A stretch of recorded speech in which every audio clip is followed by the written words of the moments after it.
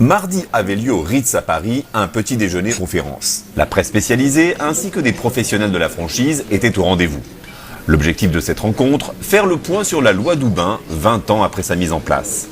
Pour ce faire, Maître Gouache a ouvert la conférence en rappelant les fondamentaux de cette loi. La loi Doubin est née dans un contexte de découverte et de pratique d'une forme d'organisation commerciale qui est la franchise. Et des débats ont, dès le départ, émaillé sa genèse.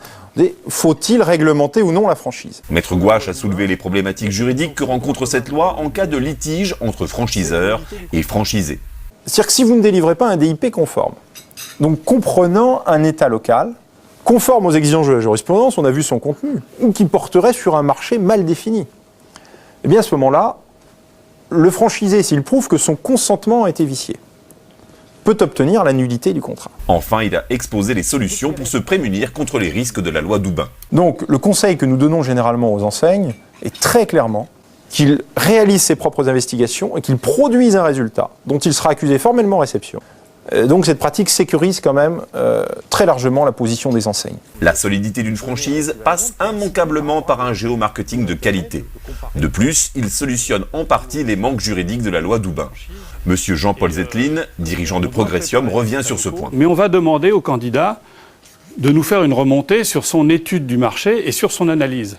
Ça a deux intérêts. Bon, déjà, ça va effectivement protéger le franchiseur et peut-être donner des informations complémentaires. Mais ça va surtout nous permettre de qualifier le candidat à la franchise. Enfin, monsieur Laurent Cruche, directeur fondateur de Territoire et Marketing, continuera et conclura la conférence. Les solutions proposées par ces services apportent une réponse indispensable pour se prémunir contre les problèmes de la loi Doubin. Ce qu'il faut comprendre, c'est que derrière la zonification, il y a une volonté d'accompagner le franchisé, de mailler intelligemment le territoire, d'optimiser la richesse du réseau et surtout de permettre au réseau de se développer intelligemment et de façon pérenne pour qu'il soit structurellement fort. Au-delà de la sécurité juridique proposée par Territoire et Marketing, c'est une étude poussée en géomarketing réalisée par des spécialistes qui assurent aussi bien le franchiseur que le franchisé. On a réussi à faire chez Territoire et Marketing cette alliance, cet alliage qui est particulier.